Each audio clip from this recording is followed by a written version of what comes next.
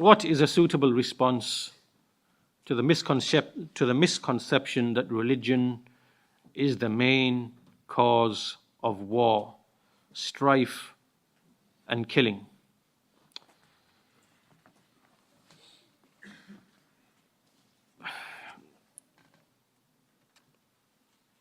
First of all, you have to ask them, name one major war in the 20th century that was caused by religion.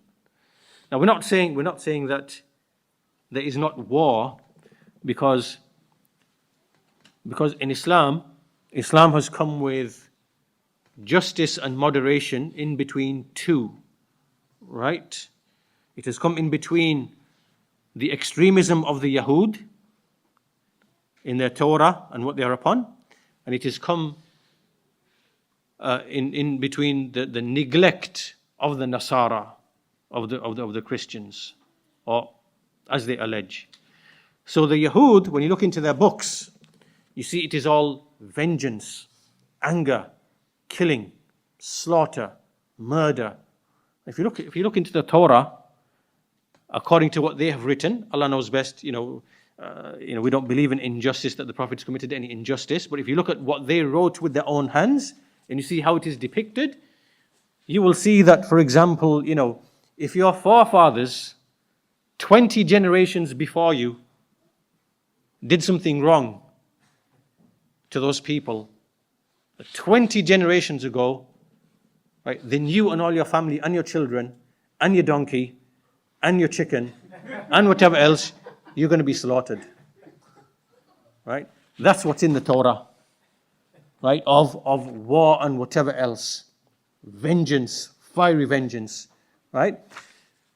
This is something that you see, and we don't ascribe this to all of the Yahud. We have to be just, and we have to be very careful when we speak about these things, because we shouldn't assume that those Yahud who are committing oppression, they don't speak for all of the Jews. Right? There are millions and millions of Jews all across the world. Many of them, they choose not to live in that occupied land they believe that it's a moral choice for them not to do that. They don't believe in that ideology that is behind the occupation of that land. There are many religious Jews who believe that those who are behind that, they are apostates. They are apostates from Judaism for doing what they are doing. Right? There are millions of these people spread all across Europe, America, other places like that, right? So we have to be just, and we're not ascribing this to, we're not making a blanket accusation. Like, for example, we have the Islam-hating people who speak about Islam in general terms and say, yes, Islam is this, whatever, and we have to be just. We can't speak in these broad terms. So we are speaking about a very specific group of extremists among them, right? And you see that these people have written books, right? They've written books, one book recently, many years back, called The King's Torah or something, where they're justifying, can we kill the babies? And, they're not even fighting. And the answer is yes, because in the future they could be enemy combatants or something, so we have to kill them. And, so these kind of discussions, you find the extremists among them, they speak like this, right? This is a very extreme type of war.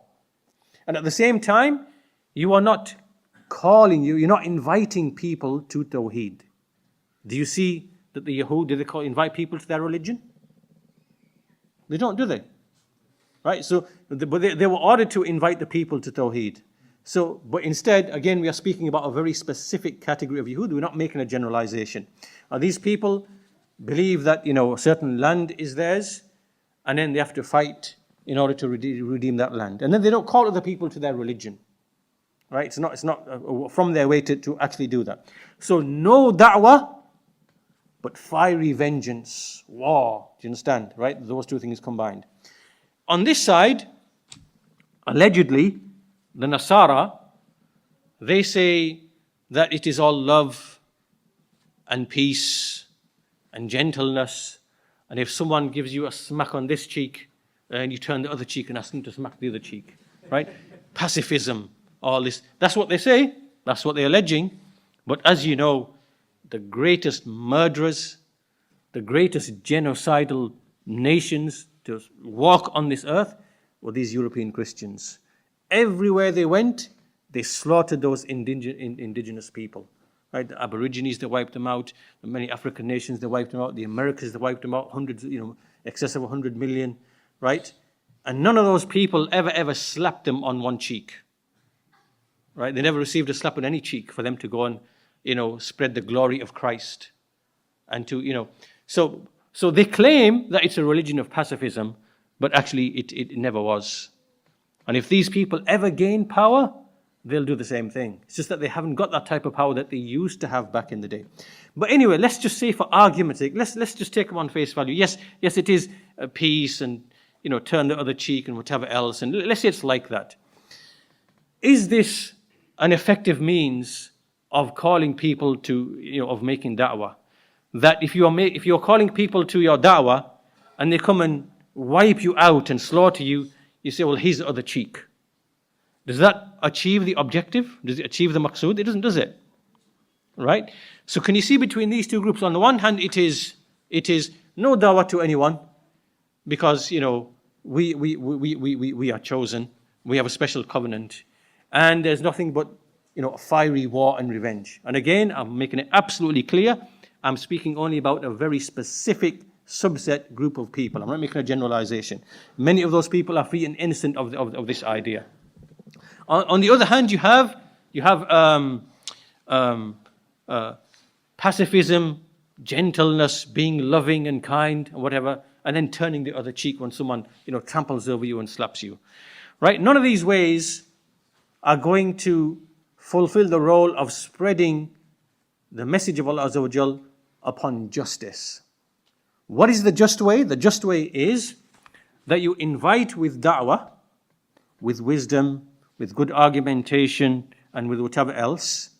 And if anyone comes and hinders you from making that da'wah, they now make a hindrance, then the legislation has legislated for us out of necessity to remove those obstacles and to remove those hindrances and to remove that injustice, if it be by war. If war is necessary, then yes, we implement war, right? So it is calling other people, unlike what the Yahud do, on the one hand, and likewise it is not to turn the other cheek, but to repel aggression if it comes in our way. So this is the balanced, just way of spreading the deen of Islam. So whoever wants to know more about this, Shaykh al-Islam Ibn Taymiyyah, he speaks about this issue in detail in Al-Jawab al-Sahih, and explains these issues which I mentioned, that Islam came as the foundation. It is da'wah to Allah, with wisdom, good preaching, with whatever else. This is the asl, this is the foundation which has never ever been abrogated at all. It always remains in effect all the time. And as and when it is in the hand of the rulers to apply that other issue of hindrances and obstacles and to remove them, to allow the da'wah to take its course. So in answering this question, when we answer this question, is religion the main cause of war? We are not going to deny the fact that yes, war is a means that can be implemented in order to remove obstacles and hindrances. We're not going to be apologetic, and we're going to make that very, very clear from the very beginning, right? Is that very clear? That Islam has come with this. And this makes sense. Let's even remove the religious element from all of this. That even makes sense just from a worldly point of view. Do you understand? It's justice even from a worldly point of view, right? That if you want to spread a message of truth, of justice, or whatever, then at some point or the other, then these things are going to become necessities. This is just a matter and fact of life. So once that issue is now clear, so we're making sure that we're not, everything is clear, we find that basically almost all wars in general, the main cause of them is people trying to gain more land or gain more riches, or it could be issues of revenge. These tend to be the reasons behind wars, right? They are economic in nature, they are political in nature, they are, whatever they might be in nature. And in some cases, it could be the case that religion is used to justify and to sanction those types of wars. Now, this in Islam would be haram, right? Because to fight for the basis of ulu and fasad is unlawful in Islam, right? So for example, let's say there was a ruler and he embarked upon a battle, and his battle was basically to capture some land, and that land would be of economic interest and benefit, but that's the real motivation behind it. That's actually his actual motivation. It's ulu, and seeking authority, whatever, right? Then that shouldn't really be the reason. The reason should be i'la kalimatillah, right? That should be the reason. But if he was to do that, even that would be prohibited, right? So we are not denying that in history there may be instances in which some battles and some wars that religion is used or is part and parcel of the justification for that war. But is it always the case that religion was the reason for that war? And that's not always the case. No one can really only a jahil makes this claim. Only a jahil makes this claim. You know, was the First World War caused by religion? Was the Second World War caused by religion? Was the war in Iraq caused by religion? Was it really? Not really. It's about oil, really. If you're honest, and what's the reason? It's not about terrorism, and this is just for the foolish people to believe. You know, these stories about, you know, Osama bin Laden in a cave in Afghanistan. You know, we are not stupid people, right? These wars are not really. These are tricks which are played upon the people to justify wars which are already being planned and whatever else. So as we said, most wars, overwhelmingly wars, are fought for worldly reasons. It is economic reasons, it is political reasons, and it can also be ideological reasons. There could be ideological reasons as well. And then in cases, religion could be used to justify them, it could be used to, you know, but to make this blanket statement, religion is the main cause of war, strife and killing, this is absolutely false. It's absolutely false. There's no truth to this at all. A person can't be truthful when he's making this claim. All you got to tell him is, okay, name me all of the major wars in the 20th century and tell me how many of them were motivated, were the direct cause of religion was the direct cause. You struggle to find the actual cause to be religion, right? So this is just from the false arguments that is used. But again, in answering this question, we're not going to deny what we said earlier on. We're not going to be apologetic and deny what we said earlier on. But we're being honest about the reasons and, you know, about the reality of human nature and about rulers and kings and civilizations and powers and how they operate, right? There are worldly reasons overwhelmingly which are involved, and in some cases religion may be used to justify that.